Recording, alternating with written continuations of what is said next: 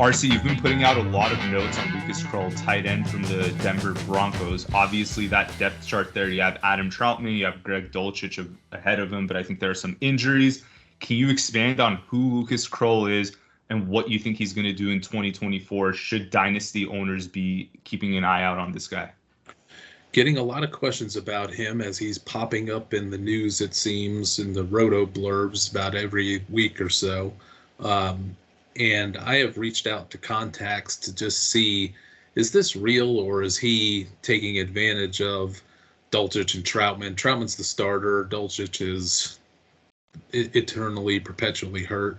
So is he just taking advantage of being the healthy guy there, or what's going on? And I have some background in scouting him, so I had an interest in finding out what the real story was. And then I thought we should probably do a video and just go through the little bit of the background of Krull and how we got to this point. So just a little bit of background on Krull to show why there's something there to be interested in. I think, just to put the headline out on it, I think he's going to be the starting tight end week 1 for the Broncos, even if Troutman and Dulcich are back.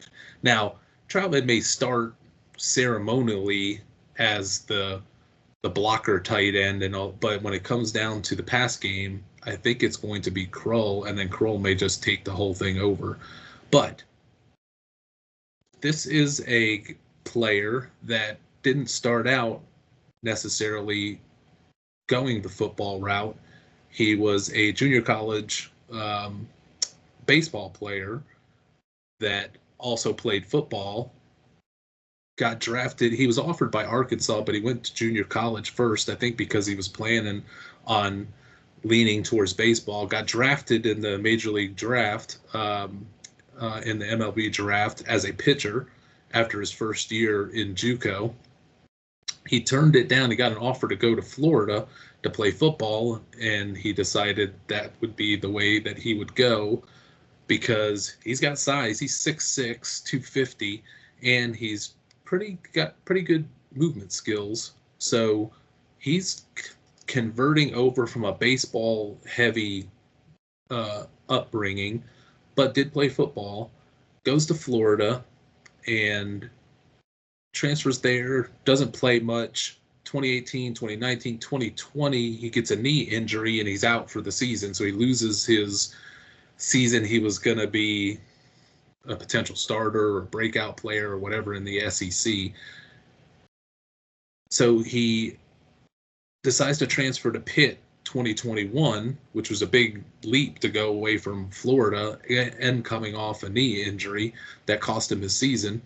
He's ready to go in 2021, where he gets married up, and where I came in where he crossed my path to work with Kenny Pickett the year that Kenny Pickett was going to put up a Heisman Trophy type of season, and with Jordan Addison going crazy.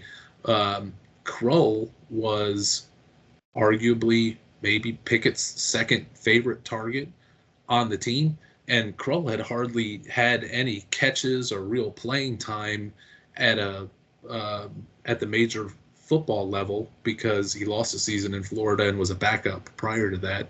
So he just walks into Pitt, integrates in off a knee injury, integrates with Kenny Pickett and Kenny Pickett's great season, and is second team all ACC, 6 touchdown catches, which is a good amount for a true tight end in college. So he's a real nice season. Expected him to get drafted late, but he goes undrafted.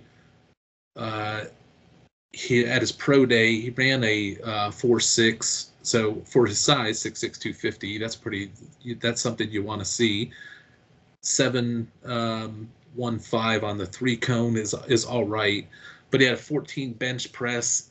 Back in college, it didn't look like he was working out to be a professional football player. It looked like he still had his bit of his baseball body, that he wasn't trying to put too much muscle on. So, but he's starting to add that muscle. The Saints gave him a undrafted free agent contract. He didn't make the 53-man roster out of training camp, out of the preseason. Did get put on the practice squad. did end up getting active later in the season due to some injuries. So as a rookie, he got some playing time for the Saints. 2023, last season, his second season, cut by the Saints before the 53-man roster. Tried to put him on the practice squad again, but then Sean Payton, notorious grabber of all things Saints, snatches him up, takes him to Denver, and he ends up on the roster and getting some playing time last year with Denver.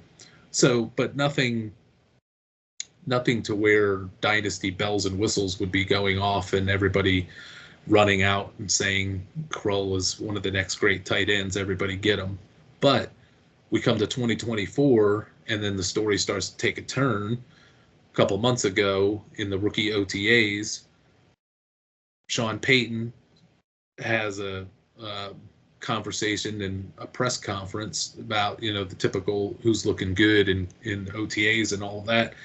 And Sean Payton says, well, that number 85, he said, I saw a lot of people looking down at their sheets to see who this 85 was. And he says, you guys are about to learn who this 85 is with Lucas Krull. So that got my attention, got many people's attention, like, oh, good for him. So he's kept a good OTA run up because Sean Payton is coming out basically every week after OTAs and saying something positive about Lucas Krull, something really positive. And usually when Sean Payton says something glowing and positive about a player, there's some guys that say that about everybody, so you don't know when to believe them and when not to. When Sean Payton starts isolating on certain players that we need to pay attention to him, or I would pick this player up for fantasy, he's usually not joking. He usually delivers on that statement. When Alvin Kamara was in his rookie season, I remember Sean Payton saying, you're going to want this guy for fantasy, and talking about how good he was. And I was like, I don't know, that guy, he looked good in college, but I don't think he's a full-time. Well, Sean Payton made him a star right away. So I'm inclined to take Sean Payton at his word when he's saying positive things. So Krull keeps getting Payton to talk great about him after OTAs. Most recently, he just complimented him on having the size and reach and movement skills that they're really looking for in a tight end. I mean, he's coming out and all but saying, this is his guy. Where by contrast, you can hardly find him saying anything nice about Greg Dulcich from the time he walked in the door. He was trying to replace Greg Dulcich, and Dulcich has been injured most of that time. So when you ask Sean Payton about him, it'll usually get around to saying, well, you have to be on the field to, earn your playing. We're hopeful about what he can do, but you got to get on the field. So I don't ever see him saying anything nice about Dulcich. Troutman is just a legacy guy over from his Saints era. That's not a real fantasy weapon. But Krull, I believe, can be. Krull is a different type of tight end than Troutman is. Definitely more of a pass game, more, I hate to use the word, but it's the only thing that's coming to mind, more twitchy, more fluid, good hands, has the baseball background, has even thrown, I think he threw for a touchdown pass in college. So he's got skills. And then the last thing to bring the Krull story to an end for 2024 in the preseason, I was wondering if this was going to happen, and I thought if this thing happens, then we need to really start taking this seriously. And I was wondering if he was going to get invited to that tight end university that Kelsey and Kittle and them put on, because usually they don't just open that up to anybody who has a tight end label. They usually are a little discerning. They do have a lot of tight ends that go, but it's important to get an invite, especially for a guy that's undrafted and is on his second team. So, but I did see that he did get an invite and he was an attendee. So all the momentum now is going for Lucas Krull to be Sean Payton's guy at tight end in the passing game, at least for 2024. I love that he attended tight end university, getting to learn from Kittle, Kelsey, for an undrafted free agent who really hasn't had tight ends like that to look up to. That's huge. And we know one thing about Sean Payton. He loves his guys. He doesn't like you. He's gonna put 80 million on the cap he's gonna eat $80 million in cap, right? And get rid of you and cut him like just the way he did to Russell Wilson. But another positive note, RC, is most likely Bo Nix is going to be the starter for Denver, and rookie QBs tend to lean on tight ends, right? That's usually their favorite weapon to throw to. Let me ask you this. We don't know if Krull's going to be the starter week 1 from now, but how much of an investment should dynasty owners be making in Krull? Like what do we give up, or is it more of a wait and see right now for Krull? It depends on the size of your rosters and league about how far down on the list of available free agents and how far on the list down do you look at the bottom guys on your roster and go, do I want to flip this player out for and make room for Krull? I would say with all of this hype and buildup, we're still talking about a tight end that is not. We're not talking about like a Jelani Woods. So we're not talking about even a wide receiver to tight end convert like a Lawrence Cage, where you can get super. Their athleticism, if they just get the chance that they. This is more Krull is okay to maybe good as an athlete at tight end. He definitely has the size. He looks pretty fluid, but we're not talking about one of the top athletes to ever come down the pike at tight end. However, as like a Jake Ferguson is proving and other guys like him, Dalton Schultz, you don't need to be the most athletic tight end in the world. You just have to fall into the right spot to get onto the field, but B, have a offense and quarterback that is going to utilize the tight end. If you're Daniel Bellinger, and I'm going to use that as an example because when tight end university was starting to get cranked up and become more of a thing a couple years ago, I remember Kelsey or Kittle, one of them, both of them, coming out and saying, hey, watch out for Jake Ferguson and Daniel Bellinger, and there was somebody else. And I remember thinking, those guys are mediocre prospects. There's nothing.